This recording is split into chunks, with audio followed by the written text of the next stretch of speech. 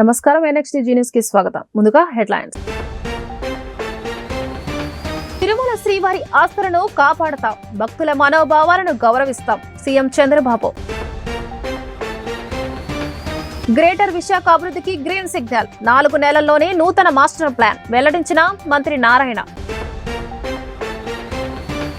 సొసైటీలో జరిగిన అవినీతిపై పోరు, మొదటి సభా సంఘం ఏర్పాటు, ఎమ్మెల్యే బూర్ల రామాంజనేయులు.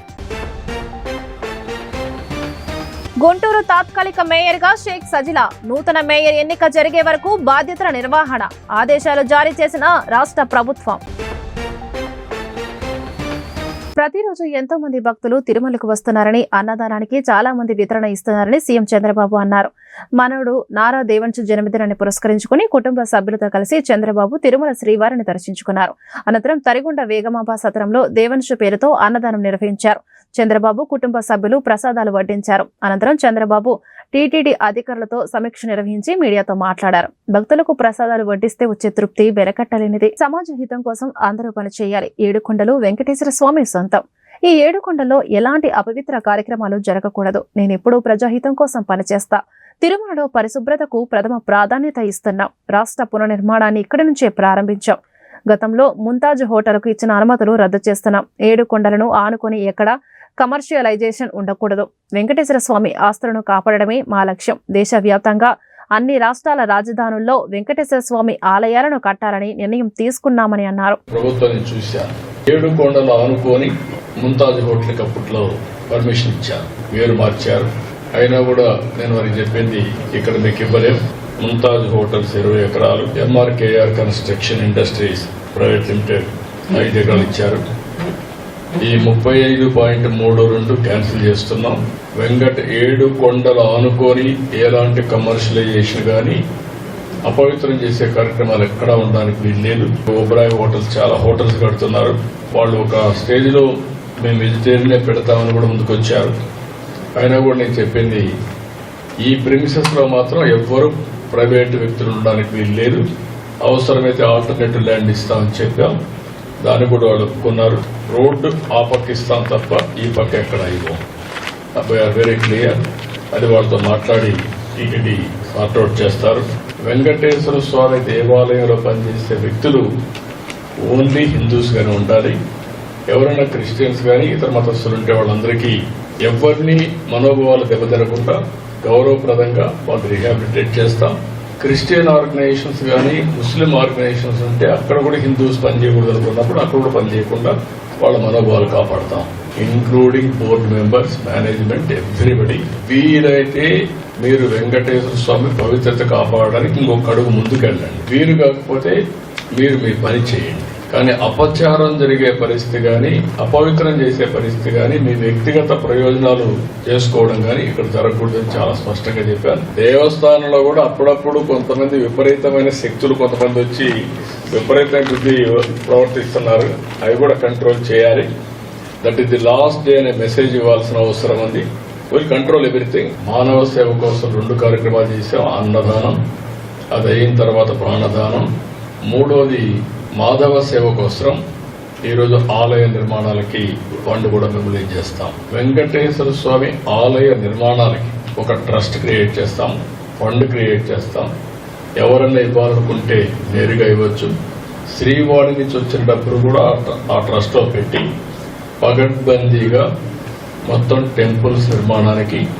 మత్తును కలిగించే ఔషధాల విక్రయాలపై ఈగల్ విభాగం పోలీసులు నిఘా పెట్టారు. ఔషధాల దుర్వినియోగంపై రాష్ట్ర వ్యాప్తంగా ఒకేసారి అధికారులు తనిఖీలు చేపట్టారు. 100 బృందాలతో మెడికల్ షాపులు, ఏజెన్సీలో ఐజీ ఈగల్ టీం ఆకస్మికంగా తనిఖీలు చేపట్టింది. ఆపరేషన్ గరుడాలో భాగంగా డీజీపీ ఆదేశాల మేరకు ఈ తనిఖీలు చేపట్టారు. Eagle team, vigilance and enforcement పోలీసులు సంయుక్తంగా విజయవాడలోని భవానీపురం, గుణదల ప్రాంతాల్లో తనిఖీలు చేశారు.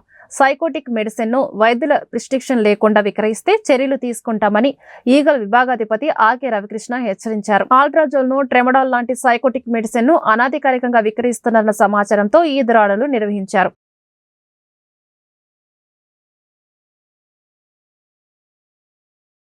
4 నెలల విశాఖ మహానగర పాలక సంస్థ కొత్త మాస్టర్ ప్లాన్ తయారు చేస్తామని ఏపీ పట్టణాభివృద్ధి శాఖ మంత్రి నారాయణ చెప్పారు. విశాఖ కొత్త మాస్టర్ ప్లాన్ పై సచివాలయంలో అధికారులు, విశాఖ ఎమ్మెల్యేలతో సమావేశం నిర్వహించారు. అనంతరం ఆయన మీడియాతో మాట్లాడుతూ మే నెలాఖరులోగా విశాఖ మెట్రో రైలు టెండర్లు పూర్తి చేయాలని నిర్ణయించినట్లు వెల్లడించారు. ఫైనాన్షియల్ సిటీ విశాఖ మాస్టర్ ప్లాన్పై సమీక్షించినట్లు తెలిపారు. ప్రజలు, నేతల అభిప్రాయాలతో 4 నెలల్లో కొత్త మాస్టర్ ప్లాన్ రూపొందించినట్లు తెలిపారు. విశాఖ మెట్రో రైలు పైన సమావేశంలో చర్చించామన్నారు. టీడీఆర్ బాండ్ల విషయంలో గతంలో అక్రమాలు జరిగాయని, విశాఖలో 600కు పైగా టీడీఆర్ బాండ్లు పెండింగ్ లో ఉన్నట్లు చెప్పారు. వీటిని విశాఖ కలెక్టర్ త్వరగా క్లియర్ చేయాలని ఆదేశించారు. భోగాపురం విమానాశ్రయానికి ఇబ్బంది లేకుండా రోడ్లు ఏర్పాటు చేస్తామన్నారు. వైసీపీ హయాంలో మాస్టర్ ప్లాన్ కు విరుద్ధంగా డీవియేషన్ జరిగిందని మంత్రి తెలిపారు. ఒరిజినల్ మాస్టర్ ప్లాన్ ఒకటి ఉండింది 20 years బ్యాక్ కి. లాస్ట్ టైం వాళ్ళు యాక్చువల్గా వాళ్ళకు అనుకువగా డీవియేషన్లు చేసేసి, అంటే అంతకుముందు మాస్టర్ ప్లాన్లో ఒక రోడ్డు ఉంటే దాన్ని యాక్చువల్గా వైడెన్ చేయమంటే ఎత్తేసారు. కొన్ని కావాలని పెట్టారు. ఆ కన్సల్టెంట్ రాగానే ప్రజాప్రతినిధులతో కూడా 2-3 సార్లు డిస్కస్ చేసి 4 నెలల్లో అంటే 120 రోజుల్లో ఈ కార్యక్రమాన్ని పర్ఫెక్ట్గా వైడెన్ చేయక తప్పదు. కొన్నిటికి బైపాసులు తేయాలా. ఈ మాస్టర్ ప్లాన్ దాంట్లోనే మెట్రో రైలు కూడా యాక్చువల్గా ముఖ్యమంత్రి గారు క్లారిటీ ఇచ్చారు. దాని ఫైనాన్షియల్ క్లారిటీ ఎలా అనేది మే ఎండింగ్ లోపల టెండర్లు పిలిచేటట్టుగా ప్లాన్ చేయాలని అధికారులకు ఆదేశించాను. అంటే మరొక 2 నెలల 10 రోజులు ఉంది. మే ఎండింగ్ లోపల యాక్చువల్గా టెండర్లు పిలిచి పూర్తి చేసి ఒక 8 క్రాస్ రోడ్ల దగ్గర ఫ్లైఓవర్స్ ఉన్నాయి. ఆ క్రాస్ రోడ్లన్నీ కవర్ అవుతూ అక్కడ డబుల్ డెక్కర్ ప్లాన్ చేశారు. విశాఖపట్నంలో ల్యాండ్ అక్విజిషన్ చేసిన వాటికి టీడీఆర్ బాండ్లు ఇవ్వాల. దాని మీద నేను యాక్చువల్గా ఇక్కడ నుంచి అడిషనల్ టౌన్ ప్లానింగ్ అతను పంపించి అవన్నీ పూర్తి చేసిన దాకా విజయవాడకు రావద్దన్నాను. ఆన్లైన్లో పెట్టుకోమని మేము చెప్పాం. వాళ్ళు ఆన్లైన్లో పెట్టుకోకుండా ఆఫ్లైన్లో తీసుకొచ్చి ఆఫీసులో ఇచ్చారు. 1 month టైంలో సొసైటీలో జరిగిన అవినీతి మీద పత్తిపాడు శాసనసభ్యుడిగా తాను గళం విప్పడంతోనే సభా సంఘం ఏర్పడడం చాలా ఆనందంగా ఉందని బూర్ల రామాంజనేయులు వ్యాఖ్యానించారు. వైసీపీ హయాంలో జీడీసీసీ బ్యాంకుల్లో భారీగా అవినీతి జరిగిందన్నారు. పత్తిపాడు నియోజకవర్గంలోనే దాదాపు 5,39 లక్షల రూపాయల మేర అవినీతి జరిగిందన్నారు. ఈ అవినీతి కారణంగా రైతాంగానికి రావాల్సిన 152 కోట్ల రూపాయలు ప్రతి సంవత్సరం బట్వాడం చేయకుండా ఆగిపోతున్నాయని ఆందోళన వ్యక్తం చేశారు. శుక్రవారం ఆయన గుంటూరులో మీడియాతో మాట్లాడుతూ గుంటూరు మార్కెట్ యార్డ్లో జరిగిన 347 కోట్లకు సంబంధించిన కుంభకోణాన్ని అసెంబ్లీ సాక్షిగా ప్రస్తావించడం జరిగిందన్నారు. నల్లమాడు వాగు వలన రైతాంగం ఎలా నష్టపోతుందో సభ దృష్టికి తీసుకువెళ్లామన్నారు. అలాగే గుంటూరు ఛానల్ పొడిగింపు, ఆధునీకరణకు నిధులు కేటాయించిన సీఎం చంద్రబాబుకు ప్రత్యేకంగా కృతజ్ఞతలు తెలిపారు. విచారణలో ఎలాంటి లోపాలు ఉన్నాయి, దీని వెనక ఎవరున్నారు అన్నటువంటి విషయం కూడా స్పష్టంగా అసెంబ్లీ సాక్షిగా తెలియజేయడం అనేటువంటిది జరిగింది. అంతేకాకుండా సొసైటీల్లో, కోఆపరేటివ్ సొసైటీల్లో ముఖ్యంగా డీసీసీ బ్యాంకుల్లో జరిగినటువంటి అవినీతి ఒక పత్తిపాడు నియోజకవర్గంలోనే దాదాపుగా 5,39 లక్షల రూపాయలు అవినీతి జరిగింది.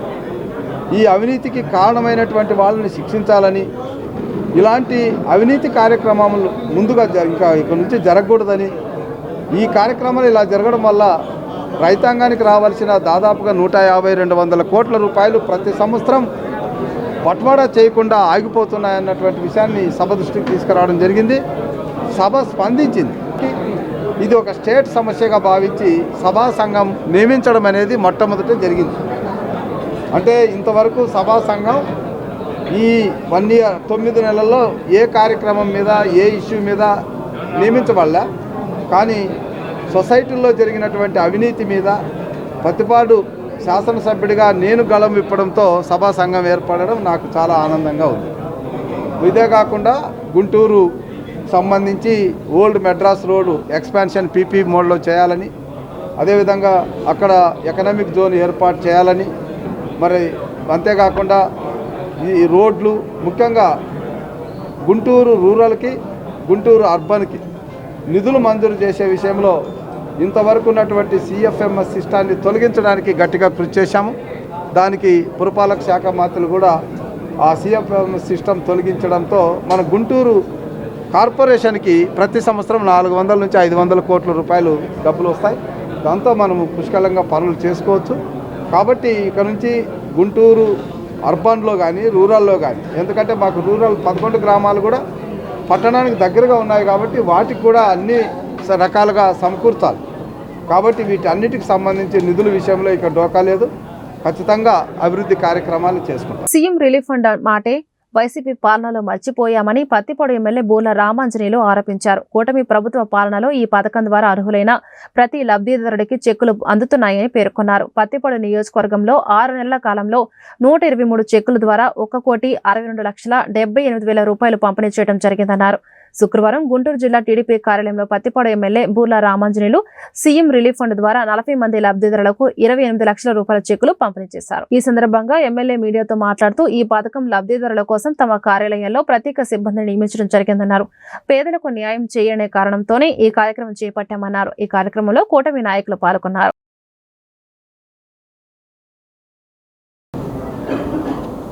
CMRF చెక్కులు, ముఖ్యమంత్రి సహాయ నిధి,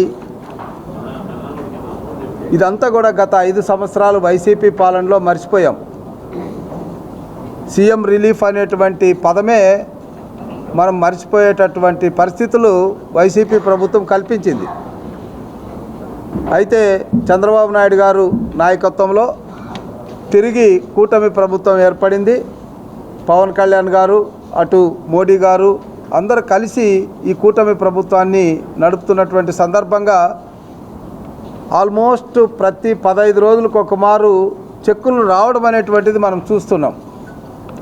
అంటే మీరు ఇప్పటికే గమనించుంటారు, మన కార్యాలయంలోనే ప్రత్యేకంగా ఒక సహాయకుడిని ఉంచడం, ఎవరు వచ్చినా వాటికి ఒక సీరియల్ నంబర్ ఇచ్చి వాటిని ఫిలప్ చేసి ఏదైనా పొరపాట్లుంటే వాటిని సరిదిద్ది వెంటనే నివేదికలు పంపించడం జరుగుతుంది.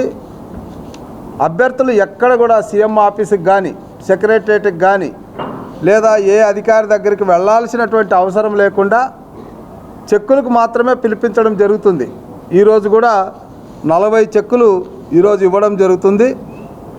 ఇప్పటికీ దాదాపుగా 123 చెక్కులు మనం పంపిణీ చేశాము.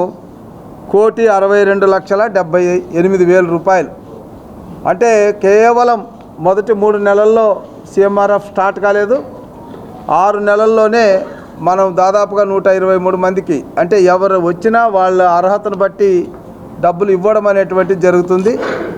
ఇంత ట్రాన్స్పరెంట్గా అభ్యర్థులకు ఎలాంటి ఖర్చు లేకుండా, వాళ్ళు ఇబ్బంది లేకుండా, అధికారుల చుట్టూ తిరగకుండా కేవలం ఎమ్మెల్యే ఆఫీసులో వాళ్ళ ప్రతిపాదన ఇస్తే తిరిగి చెక్కులకు పిలుస్తారన్నటువంటి ఒక ఆలోచనని తీసుకురావడం మా కార్యాలయ సిబ్బందితో పాటు ముఖ్యంగా మా లీడర్లు, ఎందుకంటే ఇంత ఒక ట్రాన్స్పరెంట్గా ఈ కార్యక్రమాన్ని నిర్వహిస్తున్నారంటే మా గ్రామ పార్టీ అధ్యక్షులు మొదలుకొని యూనిట్ బూత్ ఇన్ఛార్జీలు, మండల పార్టీ అధ్యక్షులు అందరూ కలిసి ఒకే మాట మీద పేదలకు సాయం చేయాలన్నటువంటి ఒకే ఆలోచనతో ఈ కార్యక్రమాన్ని నిర్వహిస్తున్నాం. ఈరోజు కూడా మా పాత్రికేయుల సమక్షంలో మరి 40 మందికి ఏప్రిల్ 3వ తేదీన ఏపీ సీఎం చంద్రబాబు అధ్యక్షతన రాష్ట్ర మంత్రివర్గ సమావేశం జరగనుంది. అమరావతి సచివాలయంలో ఉదయం 11 గంటలకు భేటీ కానుంది.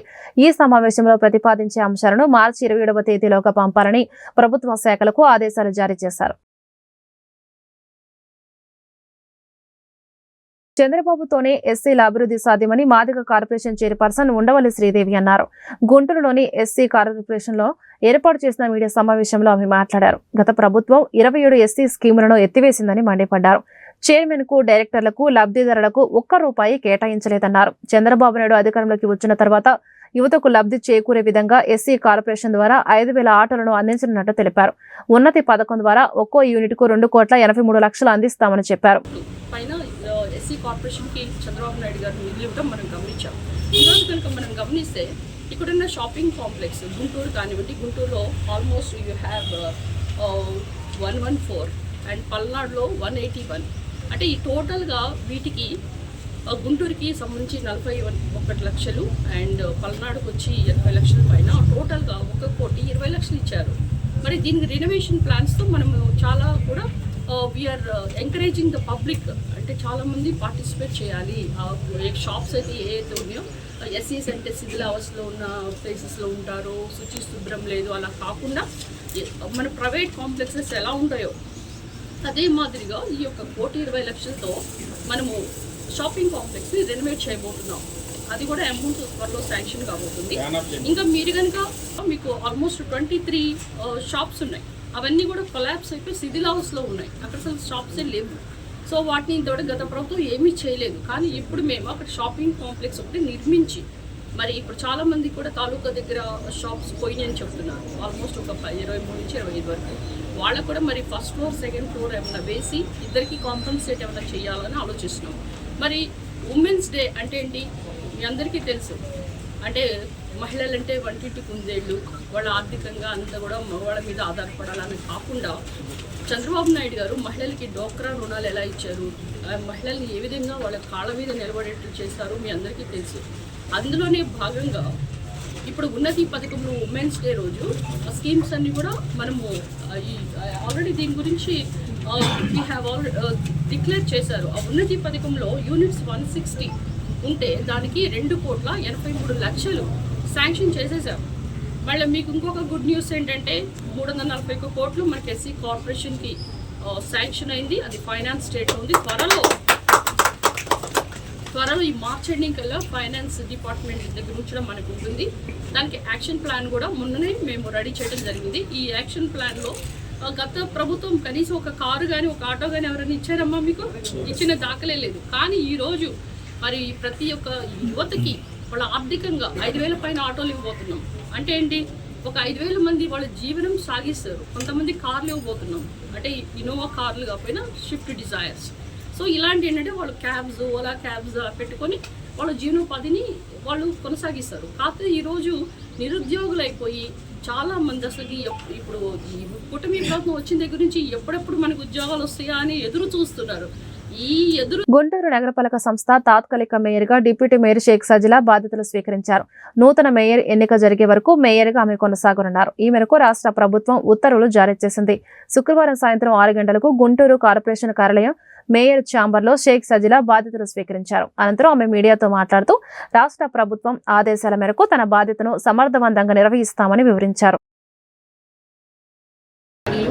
చంద్రబాబు నాయుడు గారికి మరియు డిప్యూటీ సీఎం పవన్ అన్న గారికి, లోకేష్ అన్న గారికి మంత్రివర్యులు మరియు కేంద్ర మంత్రివర్యులు ఎంపీ గారికి, మాజీ మంత్రివర్యులు ఆలపాటి రాజేంద్ర ప్రసాద్ గారికి మరియు ఫ్లోర్ లీడర్ అయిన నాని గారికి, ఎమ్మెల్యే గౌరవనీయులు పెద్దలు నసీర్ అహ్మద్ గారికి మరియు వెస్ట్ ఎమ్మెల్యే గారు మాధవి గారికి, పత్తిపాటి ఎమ్మెల్యే రామంజుల్ గారికి మరియు ఈ అవకాశం నాకు కల్పించినందుకు ప్రత్యేక ధన్యవాదాలు తెలియజేస్తున్నాను. అలాగే కూటమి నాయకులకి